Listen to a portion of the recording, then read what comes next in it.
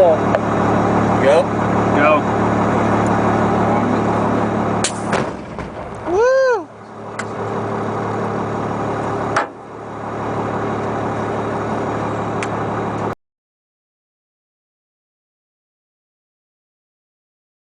Alright, in today's video I'm going to be talking about the upgrades I've made to my Millennium G2.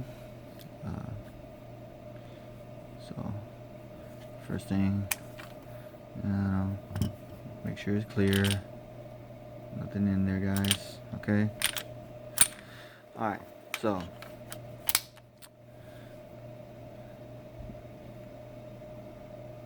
first thing you'll notice is the choice in color. I got my slide cut and Cerakoted OD green because as some of you may know, it's my fucking favorite color. I tried to OD green these, but it didn't really come out right. It's like a line, like a crazy, I don't even know what color that is. But yeah, I tried. I might kick it off, might leave it on, whatever. I still does what it needs to do, right? I got the Cerakote done from NC Engravers. Yes, they did a really good job. I've had these for a few months now. I carried it in a Alien Gear in the waistband holster, which is actually on my hip right now. And I mean, this works great, really comfortable. Keep my, for the size of it, you'd think, oh man, this thing sticks out like a sore thumb, but it's really good, really adjustable, and it keeps it, sorry about that, guys. It keeps it pretty secure and, concealed, but only issue is it scratched up my brand new Cerakote. It did in the last weapon too. My last, before I got the Cerakote, I can tell it was wearing the same exact areas. So yeah, it sucks, but it's a tool, whatever. It gives it some character at least, not too worried about it. But I love this color, this OD green. I wish I could have been able to match it with this. If anybody knows, maybe how I can get this to this. Alright, but yeah, same grips, I just painted in there, color filled them.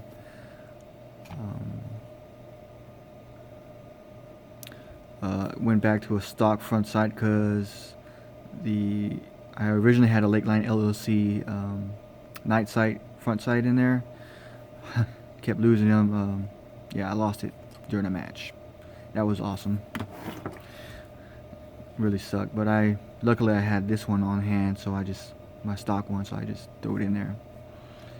Still have the steel rear sight. Importance of that is of having a rear steel sight.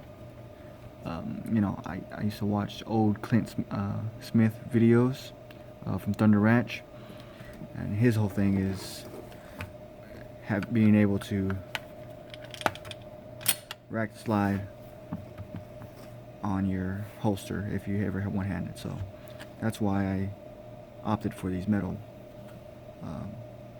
rear sights from Lakeline LLC. And the front of this, the dot on this was faded. It was white originally, I think. Yeah, it was. And I had to just color fill that a little bit with my wife's nail polish. So thank you. Alright, let's see what else I did. So I got a bunch of other magazines, but this one, if you can tell,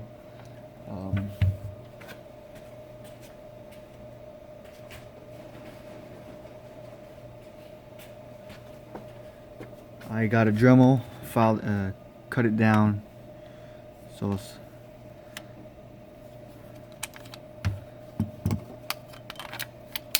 what the old one looks like. Alright, which is awesome because you got that little finger grip, but you want it to be more, this is my concealed carry gun, so wanted to be more concealable, more low profile. So I got that, and it's just enough to where I can still have my pinky on there. Let's see. I'll compare it.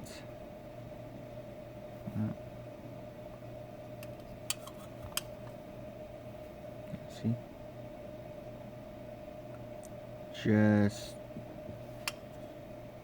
Just a little bit. Okay. So I did that for more, you know, more concealability, I guess. Alright. Let's see, internal wise. Oh, if you can see, I got that flat face trigger from another company, and it's an Osmond trigger, I believe it's called. I forgot the name of the company I got it from, but it's just a flat face trigger. It's really just, it's okay. It's not bad.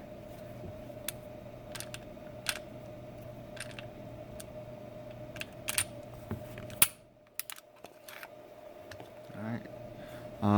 I took out the Lakeline recoil spring assembly because it was just not reliable for me. Yeah.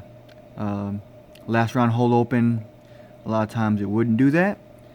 It was really picky about the types of rounds I was firing through it. I thought after a couple hundred rounds maybe I'd need a break in time, but it still wasn't, it just wasn't working for me, so I went back to the stock factory guide rod assembly. So unfortunately it didn't work for me. Alright, so I went back to stock. I don't know, maybe I don't know,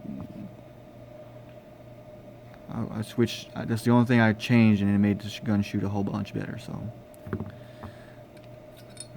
stock barrel, I just shined it up a little bit. It got dirty because I fired it. I haven't cleaned this in a while, and as you can see, it got wore. So NCN engravers, they actually take apart everything and do a real good job. They coat the inside and everything, but here you can see where it got worn. Another product from Lakeline is a steel, what is that called? The housing for your firing pin. It also deletes this. So if you have the older model, this PT111 G2, you know you have to have a key, right? You know you have to have the key on you, because sometimes these would engage and cause the gun to not work anymore. But this thing,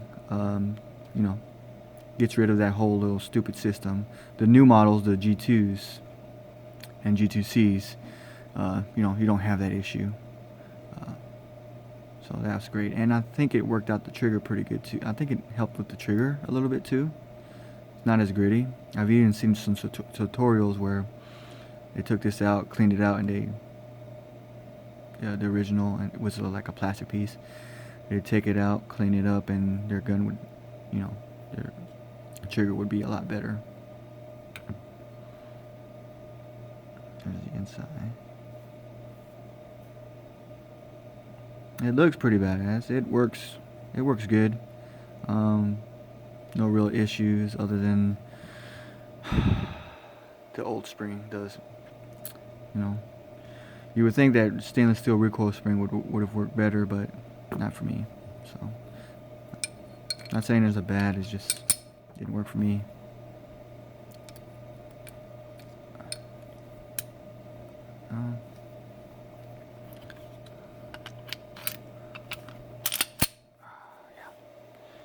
So it's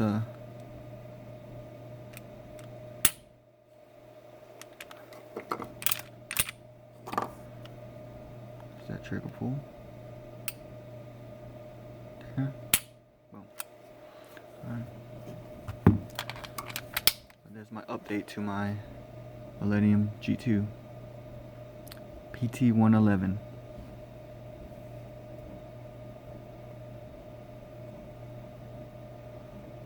Let you guys have a good look.